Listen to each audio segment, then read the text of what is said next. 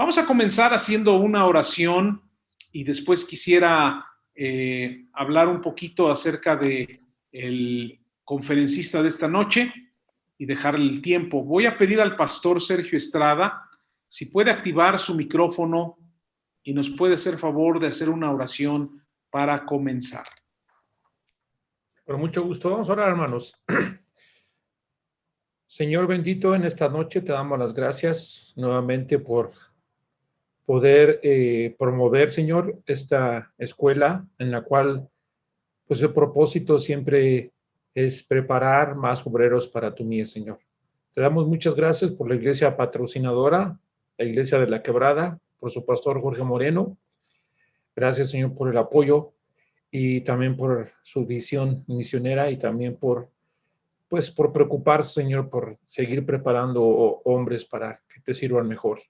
También te pedimos por el pastor Rubén Moreno como director.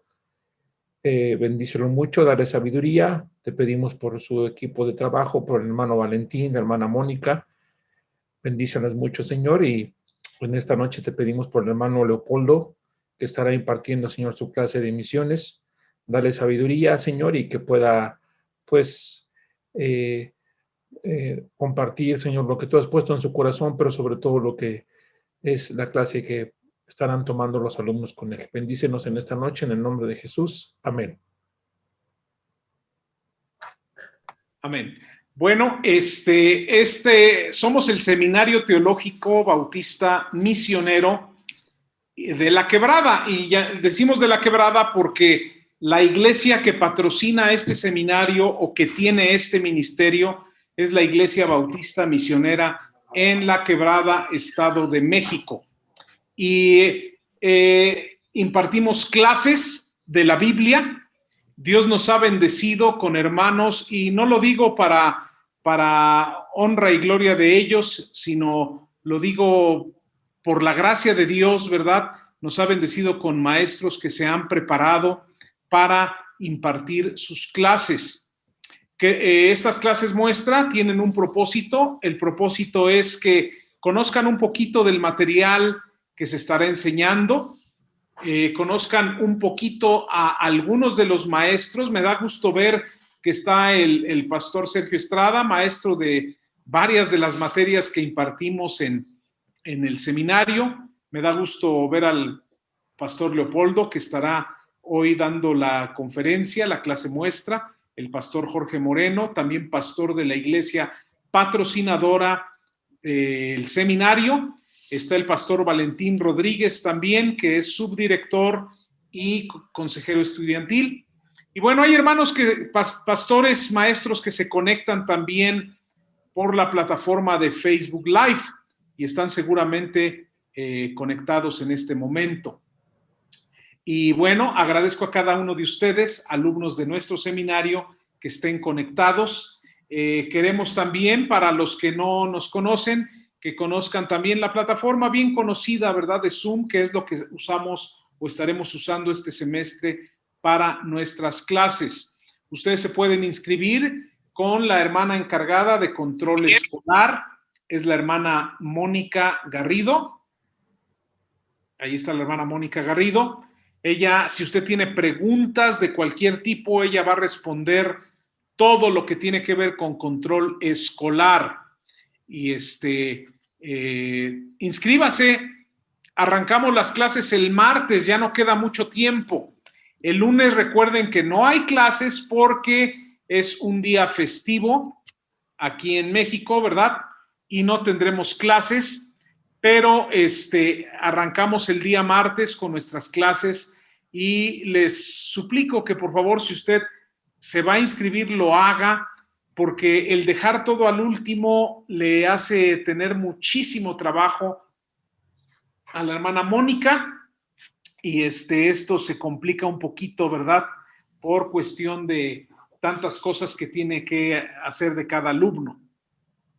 Así que ya no lo piense más, ¿verdad? Haga su trámite de inscripción, ¿sí? El costo, muchos preguntan el costo y es una pregunta muy importante. El costo es de 1,000 pesos todo el semestre, es pago único. En realidad, el seminario no tiene ningún fin de lucro. Es nuestro deseo de compartir la palabra de Dios de una manera sistemática y académica. Y por eso es que la colegiatura es tan baja, porque es un pago único de 1,000 pesos. ¿Sí? Ahora, hay algunas becas que si usted por la cuestión de la pandemia, y en realidad por eso es que lo hacemos, por lo de la pandemia, algunos se quedaron sin trabajo, algunos están pasando momentos difíciles, pero quieren estudiar, hay becas, pero tienen que hablar con el pastor Valentín, consejero estudiantil, el pastor Valentín Rodríguez, él les va a atender y pueden contactar al pastor a través de la hermana Mónica. Pero el pastor está también aquí conectado, hermano pastor Valentín Rodríguez, Dios le bendiga, y acérquese a él si usted requiere una beca del 30% de descuento, ¿sí? Los que sí puedan pagar su colegiatura, háganlo, ¿verdad? Porque esto ayuda a el seminario, ¿sí? Bueno, quiero introducir al pastor conferencista de esta noche. Es el pastor Leopoldo Morales López. Él es pastor y eso es lo que también quiero decirle, que ayuda mucho al seminario. La mayoría de los maestros somos pastores, en su gran mayoría también iniciadores de iglesias. Es decir, llegamos a un lugar a plantar iglesias y algunos ahí nos quedamos por muchos años, algunos plantamos una iglesia y nos fuimos a otro lado, pero somos pastores, ¿verdad? En su mayoría, algunos maestros no son pastores, pero son colaboradores, ¿verdad? Y en el caso de las hermanas que dan clase, no son pastoras, pero son hermanas que han estudiado el tema. Por ejemplo, la maestra de técnicas de enseñanza ha estudiado el tema de las técnicas de enseñanza y por eso da esa clase. Y en este caso, la hermana Mónica, que estará impartiendo la clase de costumbres bíblicas.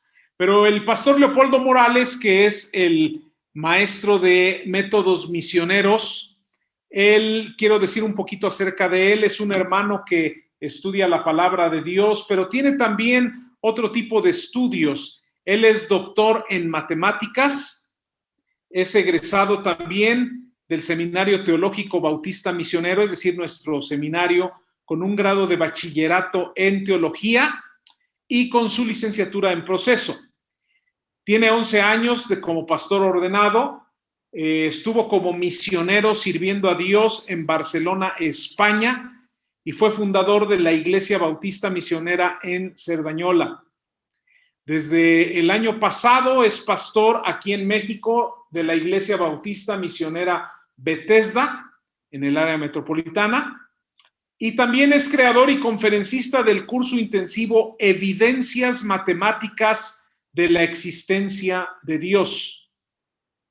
En la Fundación Bíblica, que es un ministerio de la Iglesia Bíblica Bautista y no sé si se pronuncia así, hermano Polo, pero lo voy a decir así, Castenbisbal.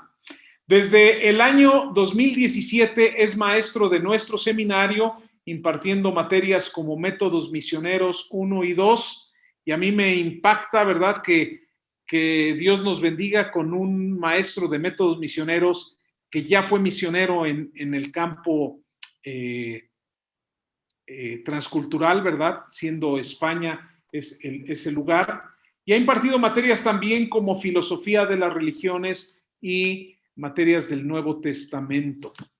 Así que es un hermano que Dios le ha permitido tener esa preparación, pero sobre todo es un hermano que estudia la palabra de Dios, que estudia la Biblia.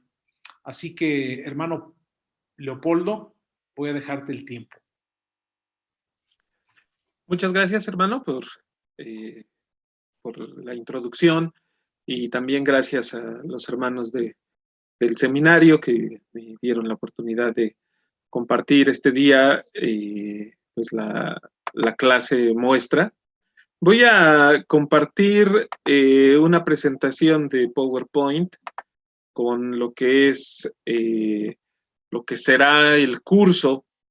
Debo decirles que nuestro curso de es el Métodos Misioneros 2, y quienes hayan visto la clase muestra del semestre pasado reconocerán unas de las diapositivas, solamente las del principio, no todas son iguales, pero quise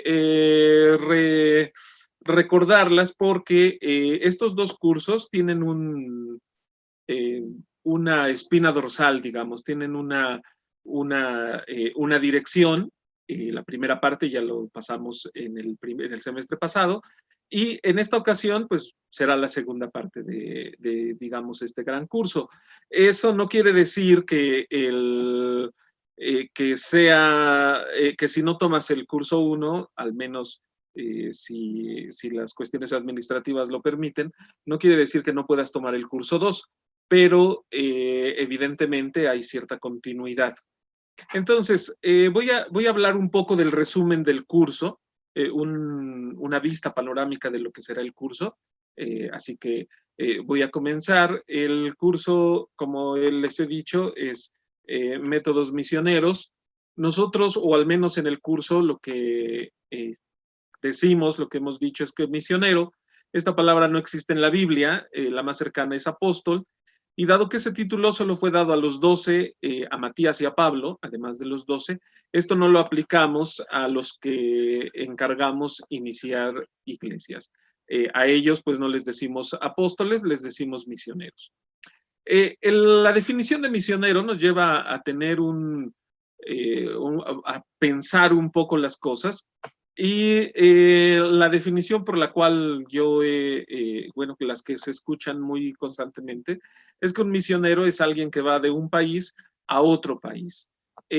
Algunas personas llegan a decir, si alguien no va a predicar fuera de su país, no es un misionero, pero eso se resume, un misionero solo es alguien que cruza fronteras físicas.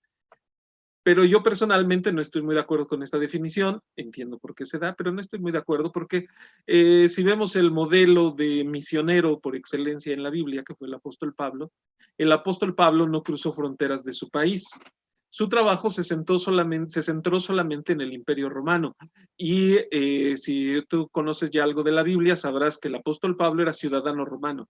Realmente el apóstol Pablo se movió en todas las regiones en las cuales él era ciudadano. Ahora, hay otra postura también un poco, digamos, popular, y es que un misionero es alguien que va de su cultura a otra cultura. Dicen, bueno, si no brinca fronteras, al menos que brinque fronteras culturales. Y el problema que yo le veo a esta definición es que también, usando el ejemplo del apóstol Pablo, el apóstol Pablo no cruzó barreras culturales grandes. ¿Por qué? Porque su trabajo se centró sobre todo en personas con trasfondo cultural griego, y él tenía un trasfondo cultural griego muy grande. Eso lo podemos ver en algunos pasajes de la Biblia, por ejemplo, el libro de Hechos. En el libro de Hechos, cuando el apóstol Pablo llega a Atenas y empieza a hablar del Dios no conocido, en solamente un capítulo de la Biblia, el apóstol Pablo hace cita de autores griegos, y además de autores griegos, también de cultura, de historia del pueblo ateniense. Si nos vamos a, por ejemplo, Tito, cuando el apóstol Pablo le escribe a Tito, le dice, bien lo decía su propio profeta, hablando de los cretenses, y da una descripción de los cretenses, que en realidad el apóstol Pablo está citando a un poeta cretense. Hay un vasto número de ejemplos como estos en los escritos del apóstol Pablo, y eso nos dice que el apóstol Pablo no era alguien ajeno a la cultura griega, era alguien que conocía, que sabía, estaba, digamos, de una manera un poco coloquial, podríamos decir, él estaba como pez en el agua cuando hablaba a los griegos, a los de trasfondo griego y de cultura griega, cuando les hablaba el evangelio. Por eso es que a mí personalmente, también he de decirlo, es una definición que me agrada a mí, no tiene por qué ser la única definición de misionero, pero yo veo o vemos en este curso que es alguien, o sea, un candidato, que es enviado, en este caso, ¿por quién es enviado? Por una iglesia, con un propósito, y el propósito fundamental es iniciar otra iglesia. Yo sé que aquí se hace un énfasis muy fuerte en el trabajo de iniciar, en el objetivo de iniciar una iglesia. Y ya sé que se dejan fuera bastantes otros ministerios o personas que quieren colaborar en la obra de Dios. Hay personas que solamente van de apoyo, que solamente van por un tiempo, y hay diferentes tipos de actividades. Por ejemplo, también una mujer que quiera servir a Dios, evidentemente no cabe en esta definición. No quiere decir eso que yo crea o piense que las mujeres no pueden estar sirviendo en el campo misionero, no quiere decir eso, pero lo que yo creo que como iglesias, el llamado de Dios, esto sí me parece que es muy importante, Dios tiene el llamado de Dios a sus iglesias y el propósito a sus iglesias que envíen misioneros para levantar otras iglesias. ¿Sí? Durante el primer semestre, Métodos Misioneros 1, estuvimos viendo las características de ese alguien. Las características de ese alguien, evidentemente, tomamos como modelo al apóstol Pablo, el trabajo que él realizó, vimos un poco de vida personal, la primera parte del curso fue contestar un poco la pregunta, ¿qué estás haciendo tú ahora en tu entorno, en tu iglesia, como para que quieras tomar una clase de métodos misioneros?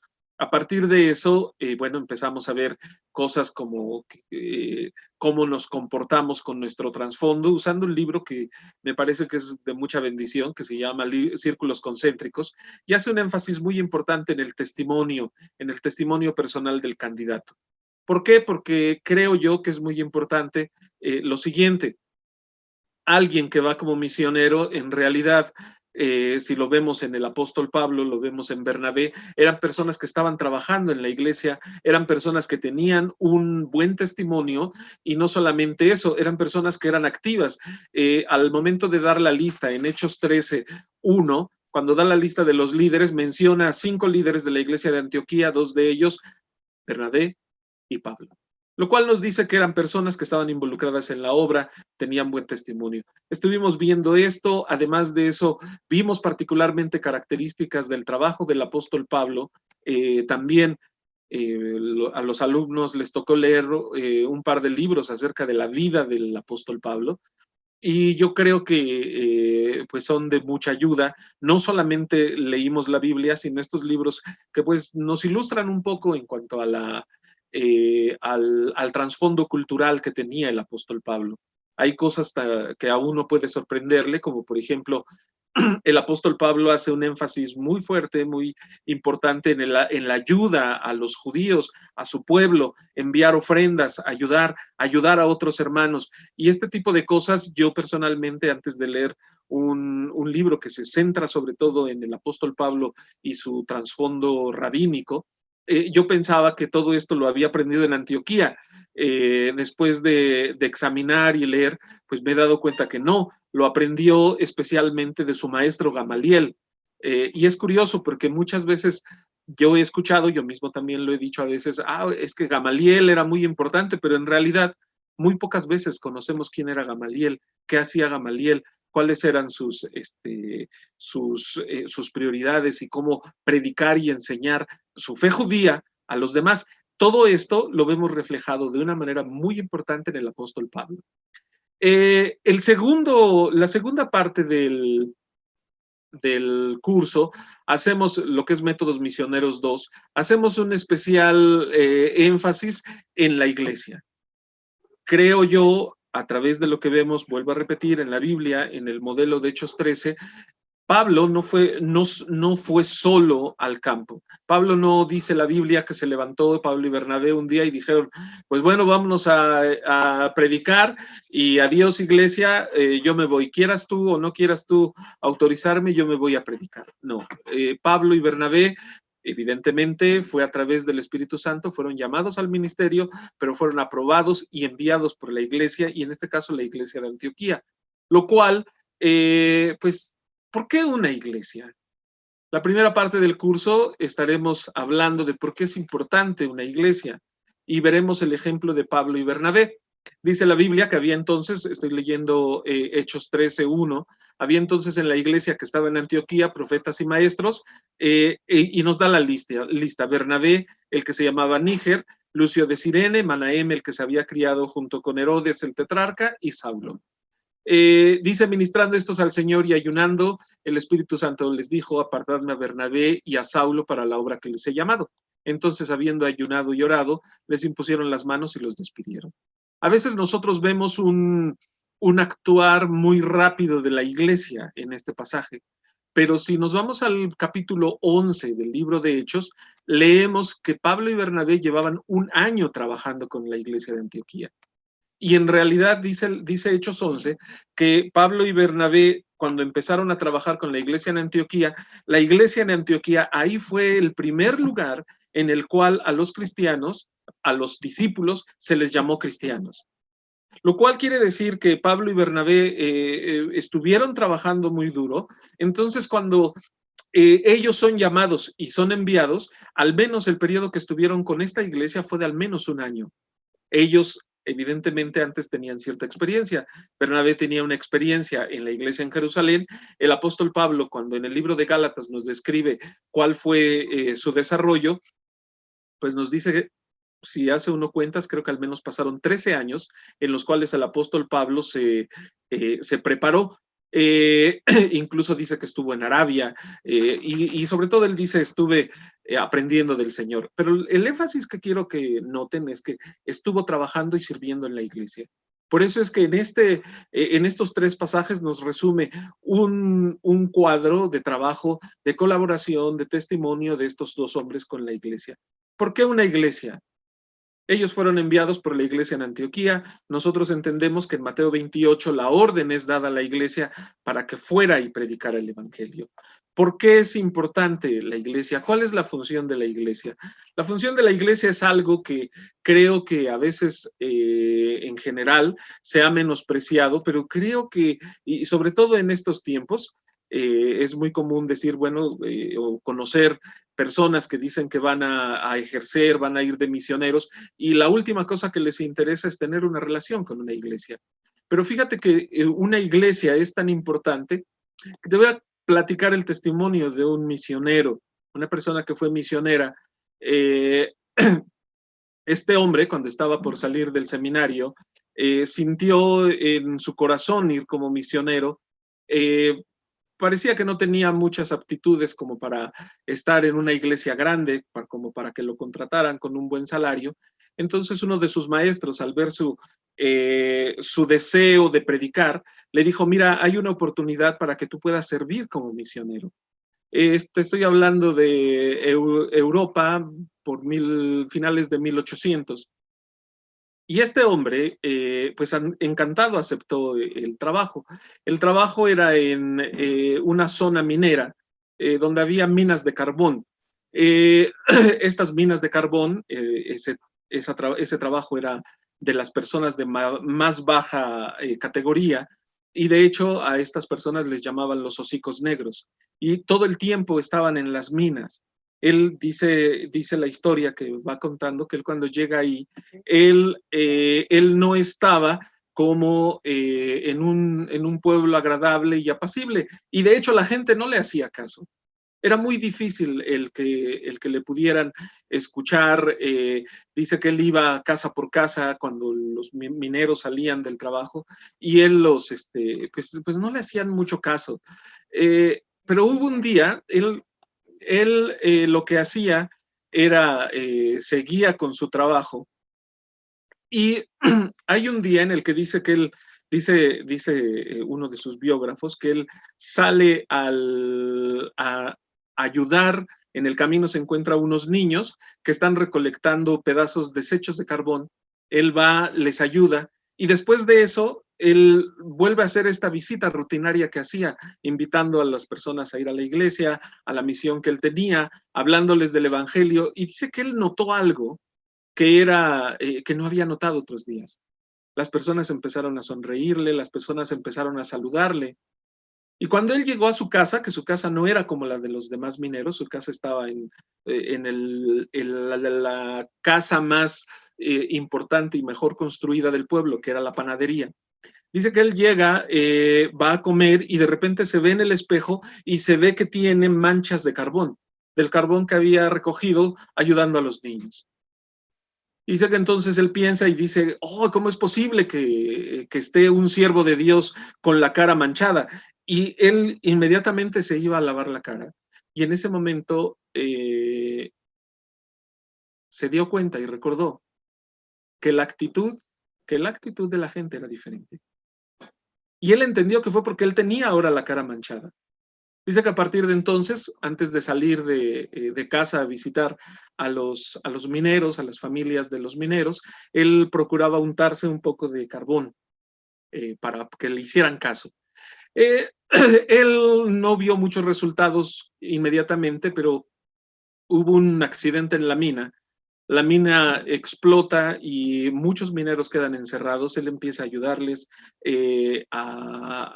con lo poco que tiene, vende su cama, todo, el salario que le mandaban, él lo distribuía entre los mineros porque estaban pasando por hambre, no tenían su salario. Después de eso viene una epidemia y este hombre está ayudando a todos. Y llega un momento en el que él cae enfermo. Cayó enfermo, estuvo desmayado incluso 2 o 3 días. Dice que cuando él abre los ojos, su biógrafo dice que él abrió los ojos y vio a los mineros alrededor de él. Los mineros lo habían estado cuidando después de que no le hacían caso. Cuando él les hablaba del evangelio, cuando los invitaba a la iglesia, dice que estaban todos alrededor de él y le dijeron, has reaccionado, háblanos de la Biblia, háblanos de Dios. Y este hombre enfermo, postrado en cama, solamente ya no tenía su cama, solamente era un montón de paja, acostado encima, con la barba larga de todos los días que no pudo asearse por estar ayudando a los mineros y ahora después postrado en cama. Abrió la Biblia y empezó a hablarles del Evangelio.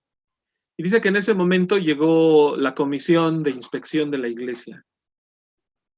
Y lo vieron y dijeron, ¿cómo es posible que un siervo de Dios esté tirado y no esté cuidando su imagen, su prestigio? Y lo que hicieron fue decirle, ¿sabes qué? Nos avergonzamos de ti. No queremos saber nada de ti. Tú no tienes nada que ver con nosotros. Este hombre dejó el ministerio.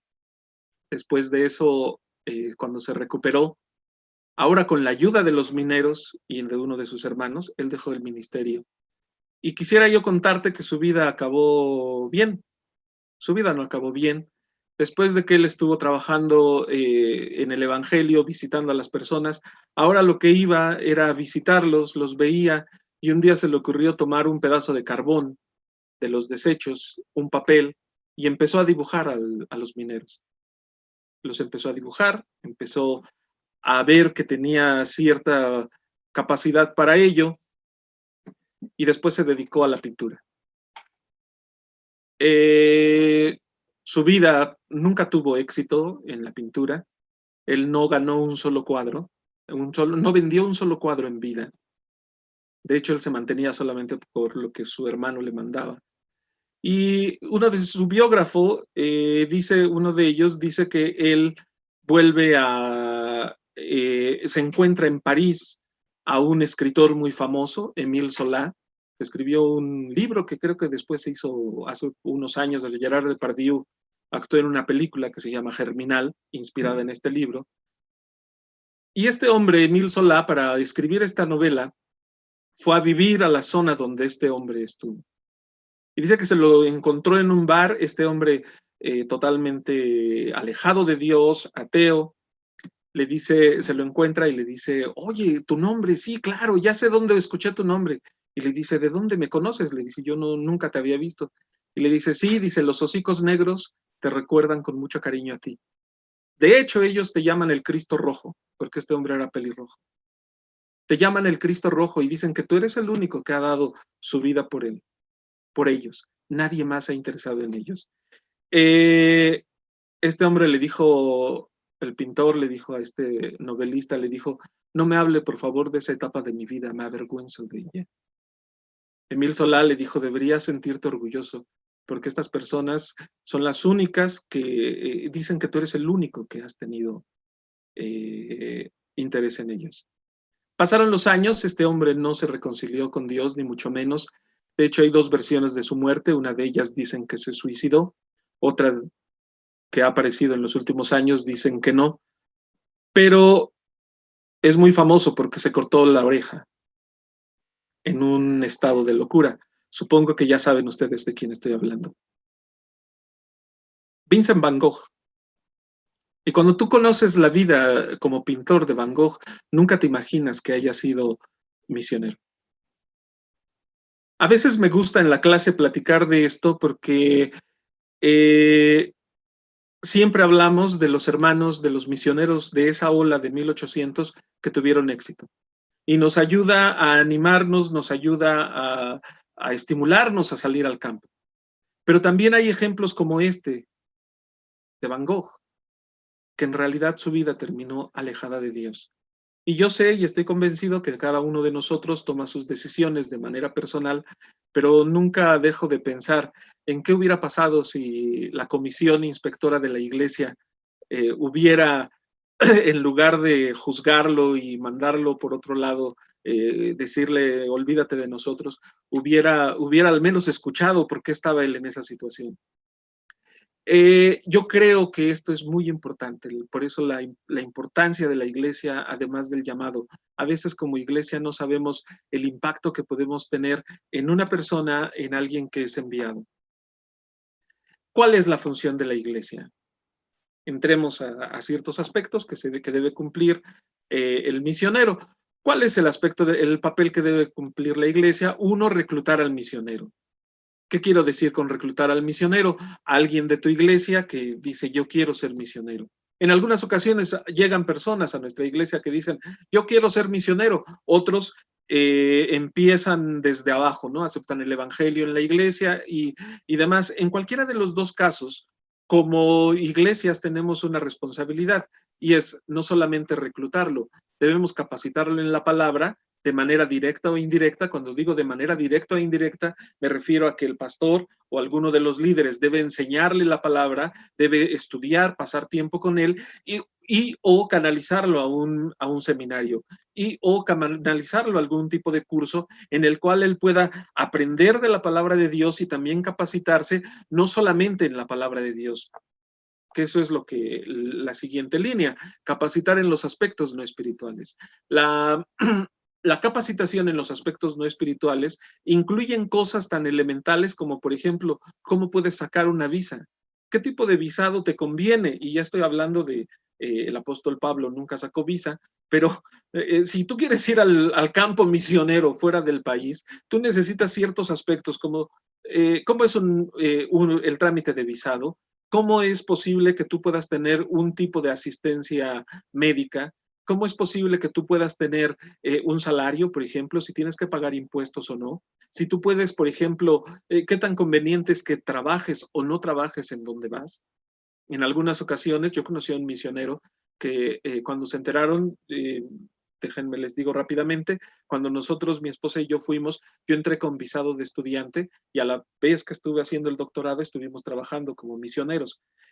Conocí a dos misioneros que trabajan muy duro, muy duro, tienen una imprenta, reparten literatura, de verdad es impresionante cómo lo hacen. Y uno de ellos me dijo un día, hermano, si el Señor, antes de que yo me fuera, en 2003 hicimos un viaje de exploración, el hermano me dijo, si el Señor te concede que puedas venir con ese visado de estudiante, me dijo, seguramente podrás tener más contactos de lo que nosotros podemos hacer en un año, tú los podrás hacer en un mes.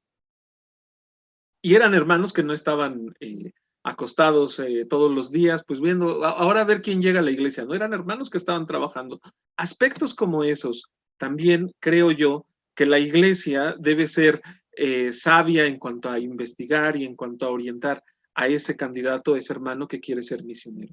Evidentemente también responsabilidades de la iglesia es sostener de manera monetaria, espiritual y emocionalmente.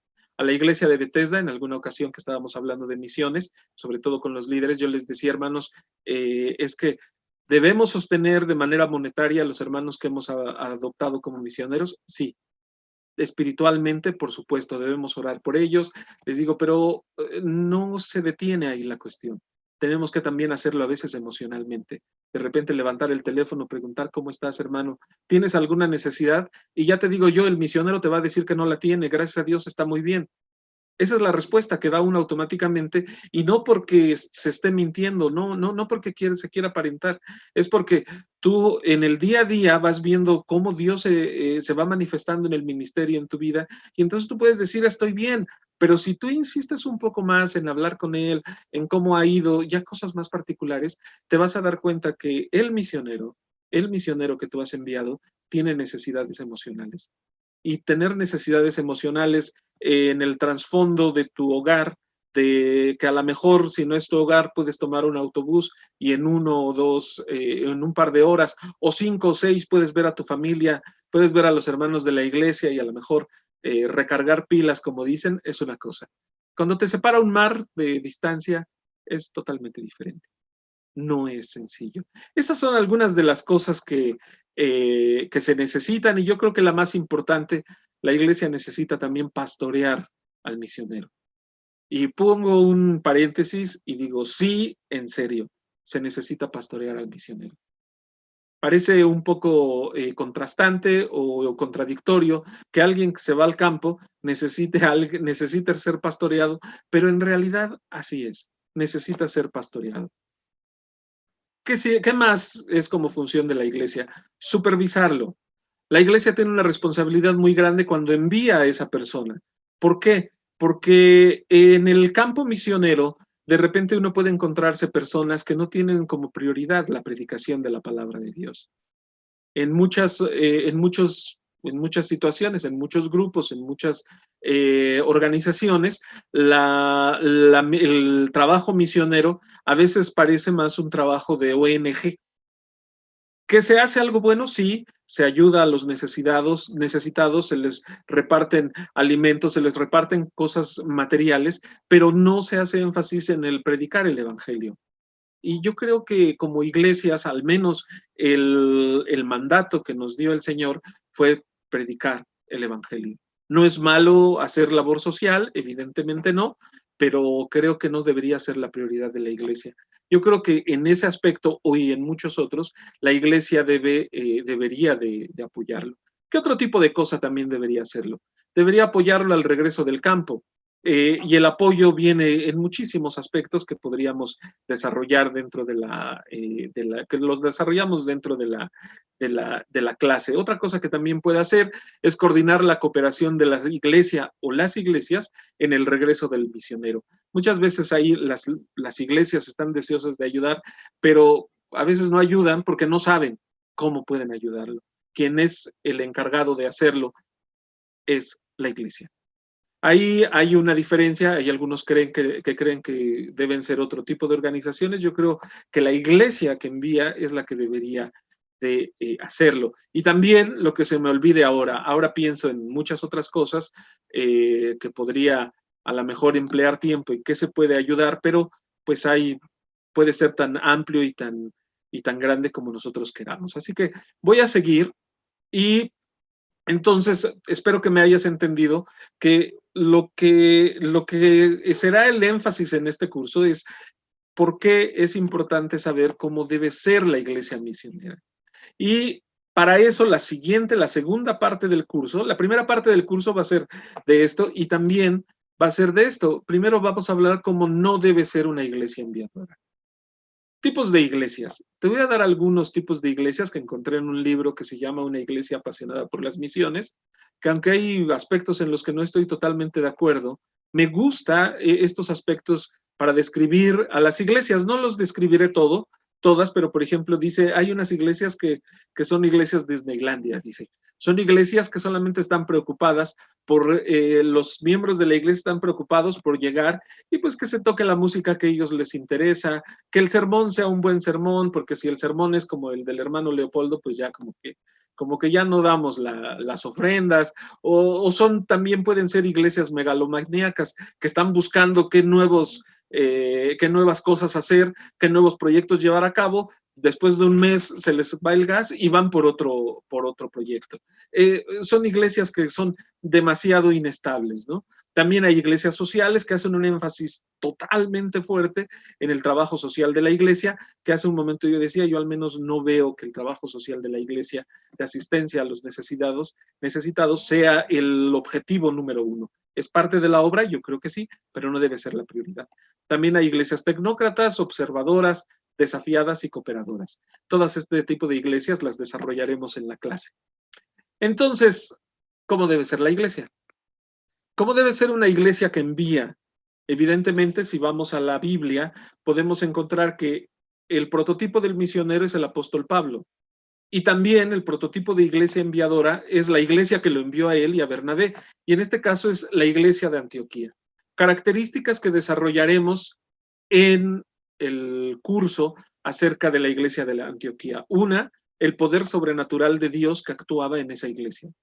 Cuando estudias un poco de la iglesia de Antioquía, a pesar de que se menciona muy poco en la Biblia, no hay un capítulo entero dedicado a Antioquía, uno puede distinguir cosas que uno dice, el poder sobrenatural de Dios actuaba en ellos.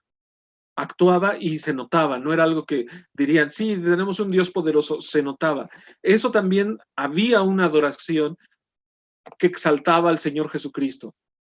Tenían tiempos de oración fervorosos y aquí menciono rápidamente, ¿recuerdan en dónde llamó el Señor a Pablo y a Bernabé?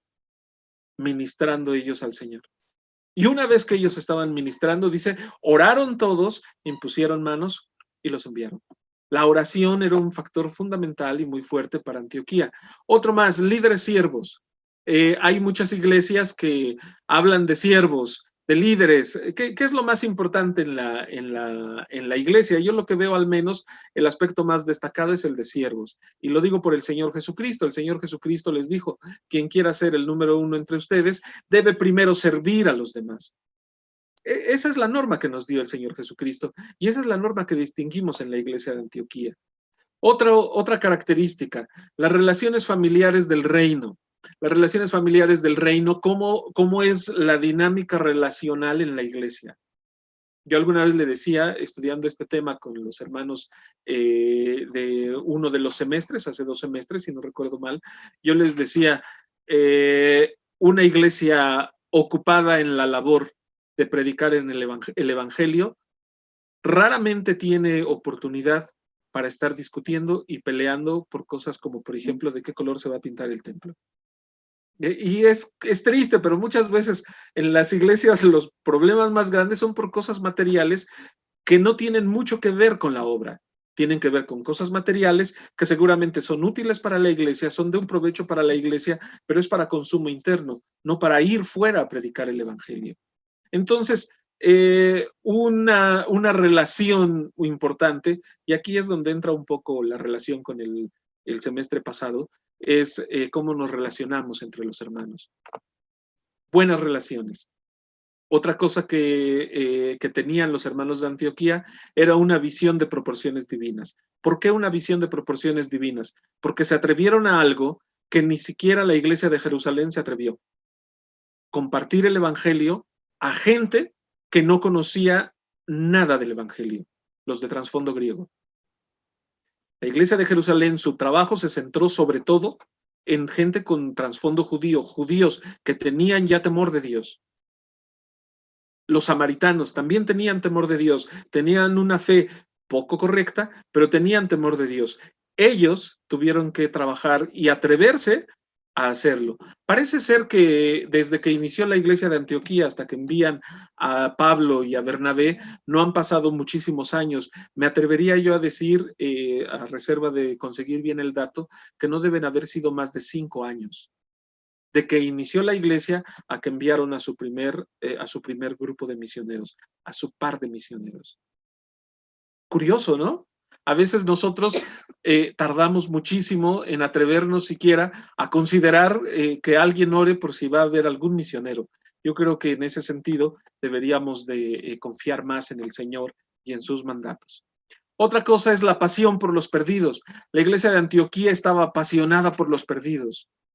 Evidentemente no era una pasión fundada en queremos ser una iglesia muy grande, queremos ser una iglesia una mega iglesia. No, ellos lo que querían era obedecer el mandato del Señor Jesús. Y otra cosa que tenían también es que eran personas maduras. Yo no veo, al menos, no lo registra la Biblia, y yo creo que así fue, no veo que le dijeran a Pablo y a Bernabé, ¿pero qué ya no nos quieres, Pablo y Bernabé? ¿Por qué te quieres ir de misionero? ¿Cómo es que ya nos quieres abandonar? No veo eso. De hecho, dice que todos estuvieron de acuerdo, y les dieron la autorización y los mandaron. Eran personas maduras y además de eso, había personas en los líderes que retomaron el liderazgo. Y digo que retomaron el liderazgo porque cuando tú ves en Hechos 13, del 1 al 3, el número 1 que se menciona es Bernabé. Algunos comentaristas dicen que eso quiere decir que Bernabé era el pastor principal de la iglesia. Y el número 5 era Pablo. Y los intermedios eran los otros 3. Pues de esos 3 no vemos a nadie que dijera, no, ¿cómo que se va a ir el pastor de misionero? No, pero si nos hace falta aquí, hay mucho trabajo, falta mucho que hacer. Los hermanos de Antioquía eran maduros. Y ellos tomaron la responsabilidad. Este es el resumen del curso. Evidentemente hice énfasis en la iglesia porque el último punto de mi definición de misionero que di al principio, el propósito, que es iniciar una iglesia, está inmerso a lo largo de todo el curso, porque el trabajo que hizo el apóstol Pablo, Bernabé, vemos el resultado en forma de iglesias. No solamente fueron, hablaron y pues a ver qué se hace con los creyentes después. No, fueron y constituyeron el mandato de Pablo a Timoteo y a Tito, que eran las personas que se quedaban, era que constituyeran ancianos. Se constituían iglesias, se constituían ancianos. Por eso es que, vuelvo a repetir, aunque no descarto yo que haya colaboración, hermanos que trabajen en algún otro aspecto, creo yo, al menos lo que veo, el ejemplo bíblico de Pablo es que fueron e hicieron iglesias. Y ese debería ser, creo yo, el anhelo de nosotros como iglesias, que enviemos y nos reproduzcamos como iglesias. Y por eso tiene bastante relación con el tipo de iglesias, porque déjame te digo algo que es importante. Si tu iglesia lo único que quieres hacer es llegar a la iglesia y a ver, pastor, pues ahora de qué va a ser el menú, cómo me vas a entretener, que haya buenos cantos, que haya buena predicación, sabes que cuando vayan e inicien otra iglesia, esa iglesia va a ser igual. Si es una iglesia que solo se va a dedicar a absorber cursos, pero nunca va a ir a predicar, cuando alguien vaya a ir, vas a ver que lo que va a producir va a ser una iglesia que solamente se va a dedicar a aprender y nunca a ir. Cabe, y espero quepa el dicho y no me lo vayan a malinterpretar, cabe el dicho de hijo de tigre, pintito. Así como sean nuestras iglesias, serán las iglesias que inicien aquellos que salgan de nuestras iglesias. Y concluyo con un pequeño pensamiento de uno de estos libros, el libro de Una iglesia apasionada por las misiones. Decía la pregunta, y se la compartía yo en un curso de métodos misioneros a los hermanos, hacía la pregunta el autor, ¿por qué estamos enviando misioneros de chocolate? Personas que al calor de las pruebas se derriten y ya no quieren saber de la obra y se regresan. Un hermano que fue alumno de la iglesia me dijo, oye, alumno de la clase de los semestres pasados, me dijo, oye hermano, ¿no será que porque somos iglesias chocolate? Y le dije, pues ¿para qué te digo que no? Que parece que sí, ¿no? Dios nos ayude, de verdad, yo espero que la introducción a grandes rasgos te haya servido. Voy a detener la presentación.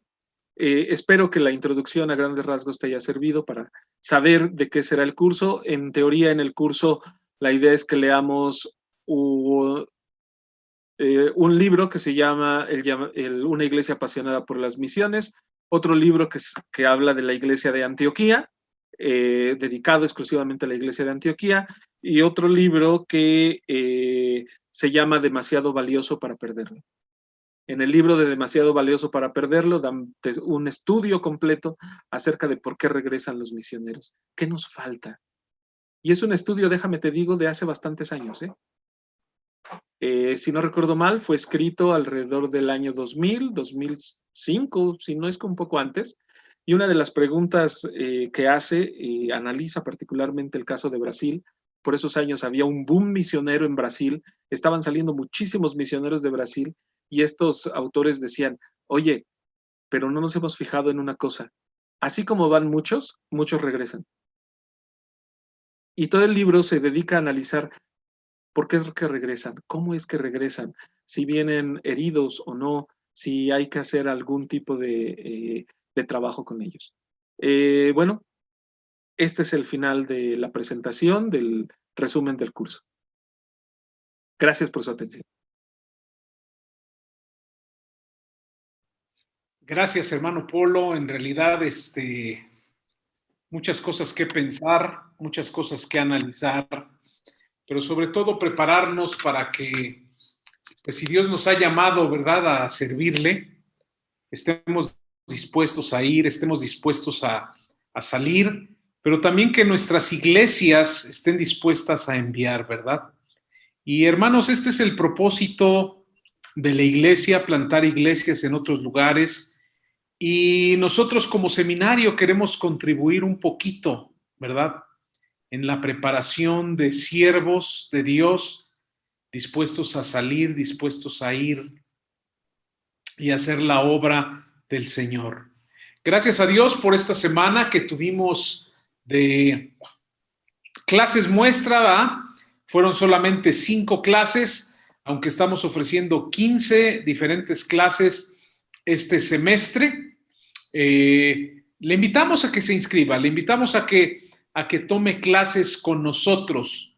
Le decía al principio, Dios nos ha bendecido con hermanos que se han preparado, que Dios les ha abierto puertas para prepararse y para poder compartir la enseñanza de la palabra de Dios. Queremos ayudarles a que tengan las herramientas necesarias para que sigan ustedes estudiando la palabra de Dios. Y como yo decía el día lunes, si Dios te ha llamado a servirle, también te ha llamado a prepararte, porque Dios espera que nos preparemos. Así que les invito, ¿verdad?, a que consideren inscribirse, tomar 1 o 2 o 3 materias, yo no sé cómo esté su tiempo, pero empezar, ¿verdad?, a prepararse, empezar esta labor y no dejarlo para después.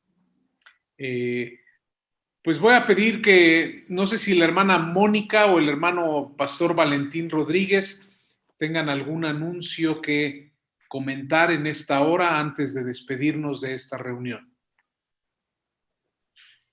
Pues solamente, hermanos, agradecerles que nos hayan acompañado a lo largo de esta semana de transmisiones, animarles a que completen también sus trámites de inscripción.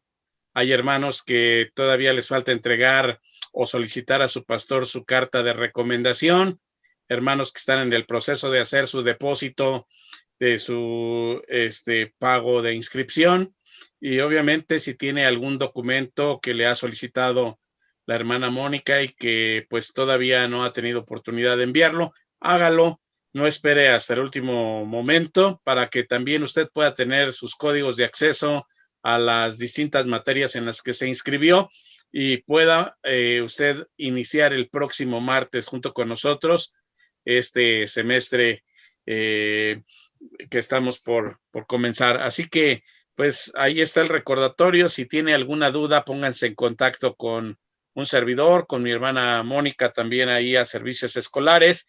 Recuerde que si tiene necesidad de ese apoyo de la beca, de ese descuento, es el 30% el que estamos ofreciendo en caso de ser necesario, que usted así lo requiera. Y nuevamente animándoles también a que si tienen la oportunidad de hacer su pago completo, lo hagan. Esto es con el fin también de pues tener los recursos para el funcionamiento y cualquier necesidad de estas plataformas y de pues cada una de las clases, lo que se requiere. Así que pues nada más es todo. Les agradezco yo de mi parte y pues adelante, hermano Rubén. Gracias, Pastor Valentín Rodríguez, Dios le bendiga. Hermana Mónica, gracias también por su colaboración. Hermano Leopoldo, Dios te bendiga. Gracias por todo ese repaso relámpago, ¿verdad?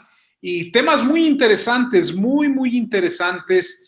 Y en verdad que Dios nos ha bendecido. Yo creo que no dudo que muchos pastores pudiéramos enseñar estos temas, pero no, algunos no tenemos la experiencia, ¿verdad?, que tiene el hermano Polo de haber sido misionero por 12 años en España, y es una bendición contar contigo, hermano Polo. Dios te bendiga. Gracias a Dios. Que siga usando. Gracias. Vamos a orar para despedirnos de esta reunión. Gracias a todos y cada uno de los que se estuvieron conectando.